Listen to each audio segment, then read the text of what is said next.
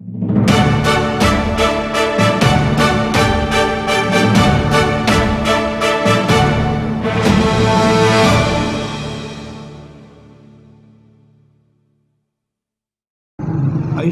محبت کا جو مجموعہ تھے، مجسمہ تھے،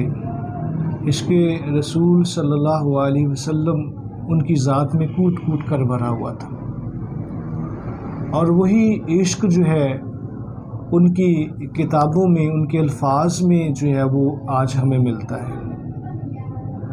اور بے شمار عشق کی مثالیں جو ہے اس کلام سے ہمیں ملتی ہیں، ان کی زندگی سے ملتی ہیں، ان کے لائف سٹائل سے ملتی ہیں، اور ان کے ذکر کا مقصد ان کی برتھ ڈے ہے، ان کا یوم ولادت ہے 10 شوال 2022۔ تو آج پوری دنیا میں جہاں جہاں پہ بھی حضرت کے ماننے والے ہیں، چاہنے والے ہیں، پیار کرنے والے ہیں، ان سے عقیدت رکھنے والے ہیں، ان کے پڑھنے والے ہیں،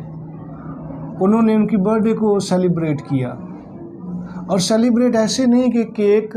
کاٹا گیا ہے اور اس میں جو ہے فضول خرچی کی گئی ہے، بالکل بھی ایسا نہیں، اور بڑا خوبصورت انداز جو اعلیٰ حضرت کی یوم ولادت کا ہے کہ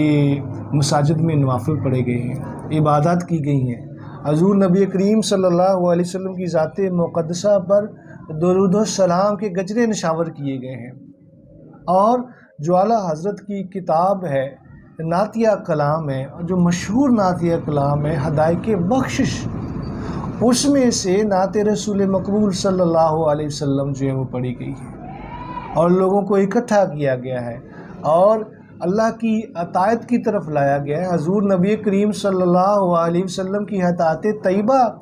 کے مطابق اپنے لائف سٹائل کو سیٹ کرنے کی جو ہے وہ ترکیب دی گئی ہے، اور ان کی ذات ہم دیکھیں تو ان کا جو عشق تھا وہ مجازی نہیں تھا، وہ حقیقی تھا،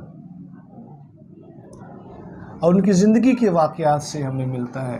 وہ عشق ہی عشق تھا، اور وہ عشق بھی ایسا تھا کہ اے عشق تیرے صدقے مرنے سے چھٹے سستے، وہ آگ لگائی ہے جو آگ بجھا دے گی، کہ وہ آگ جس میں روح میں لگا دی ہے جو جہنم کی آگ کو بھی جو ہے وہ بجھا دے گی۔ یہ تھا ان کا لائف سٹائل۔ اب آپ ان کی جو ہے وہ رائٹنگز کو سٹڈی کریں، آپ قرآن پاک کو پڑھنا ہے تو ان کا ترجمہ کنز الایمان پڑھ لیں، آپ نے شریعت کے حوالے سے مسائل کو دیکھنا ہے تو آپ فتاوی رضویہ کو پڑھیں جو 30 جلدوں پہ مشتمل ہے، 22,000 سے زیادہ صفحات ہیں اس کے، اب اس کو پڑھیں گے تو آپ کی ساری چیزیں جو ہے وہ نظر آئیں گی، اور جیسے میں نے گزارش کی ہدایق بخشش نعت رسول صلی اللہ علیہ وسلم کے حوالے سے آپ اس کو پڑھیں، آپ اس کو اسٹڈی کریں، آپ کو مطلب اندازہ ہوگا کہ اعلیٰ حضرت کیا کمال کی شخصیت تھی، اور حضور صلی اللہ علیہ وسلم سے عشق کا جذبہ ان کے اندر کتنا جو ہے موجود تھا۔ اب رائٹنگز کی بات کریں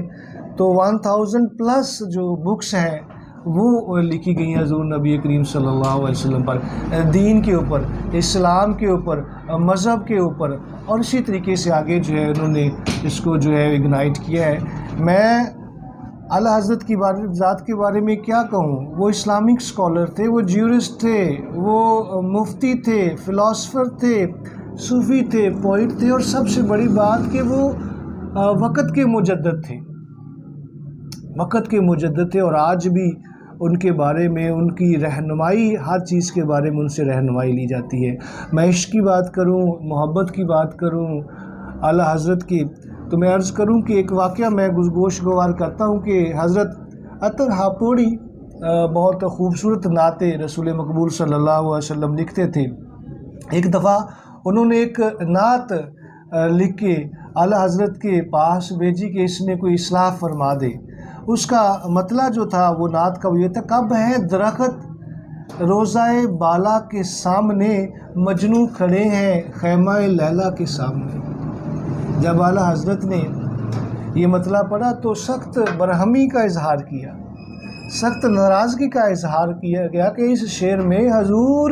نبی کریم صلی اللہ علیہ وسلم کو لیلا سے تشبیہ دی گئی ہے، اور روضہ رسول صلی اللہ علیہ وسلم سے خیمہ لیلا سے تشبیہ دی گئی ہے۔ تو یہ بات ان کی ذات کو بالکل گوارا نہ تھی، اور پھر برہمی کا اظہار کیا، اور اس کے ساتھ ساتھ اس مطلع کی جو ہے وہ تشریح بھی فرمائی، کب ہے درخت روضہ والا کے سامنے، کب ہے درخت روضہ والا کے سامنے، قدسی کھڑے ہیں عرش مولا کے سامنے۔ اب دیکھیں کیا خوبصورت بات ہے، اور کیا ادب کو ملحوظ خاطر رکھا ہے حضور نبی کریم صلی اللہ علیہ وسلم کے اعلی حضرت علیہ رحمت نے۔ تو اگر ہم مجموعی طور پہ اعلی حضرت کے کلام کو اسٹڈی کریں تو اعلی حضرت کے کلام کا، ان کی زندگی کا جو محور تھا وہ عشق رسول صلی اللہ علیہ وسلم تھا، اور انہوں نے جو دعا بھی مانگی، وہ ڈسکس بھی جو کیا، جو مانگا بھی اللہ تعالیٰ کی ذات سے، یا الہی جب رضا خواب گراں سے سر اٹھائے، دولت بیدار عشق مصطفیٰ کا ساتھ ہو۔ یہی ان کی تمنا، یہی ان کی آرزو ہے۔ اور میں ینگسٹرز کو، جو ہماری نیشن ہے اور جو ہمارے نوجوان طبقہ ہے، میں ان کو ضرور انوائٹ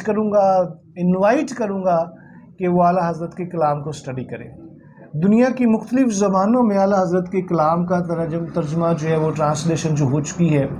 آپ آن لائن نیٹ پہ سرچ کریں، آپ گوگل کریں، وہاں سے آپ کو ملے گا، آپ یوٹیوب کریں، وہاں پہ اعلیٰ حضرت کے بارے میں آپ کو ملے گا، ویکیپیڈیا نے اعلیٰ حضرت کے بارے میں لکھا ہے۔ تو نیو جنریشن کو، ینگ جنریشن کو جو ہے وہ ضرور اعلیٰ حضرت کے کلام سے جو ہے مستفید ہونا چاہیے، اور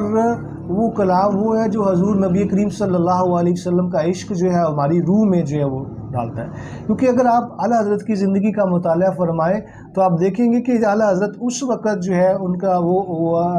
یہاں پہ ظہور ہوا کہ جب اس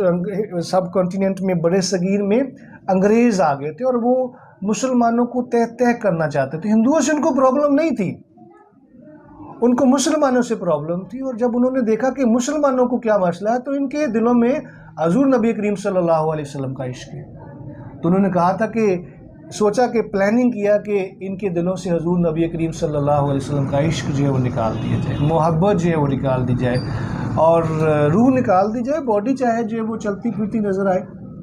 اور اسی کے مطابق انہوں نے جو ہے وہ ایکٹ بھی کیا۔ لیکن اعلیٰ حضرت سینہ سپر ہو گئے ان کے ان کاموں کے سامنے، اور انہوں نے نیشنز کو جو ہے، مسلمانوں کو جو ہے وہ تحریک دی، اپنے کلام کے ذریعے سے جو ہے وہ سٹینڈ بائی کیا، کھڑا کیا کہ اللہ کے نبی صلی اللہ علیہ وسلم کا عشق جو ہے وہی مسلمان کی جو آخرت کو بہتر بنا سکتا ہے۔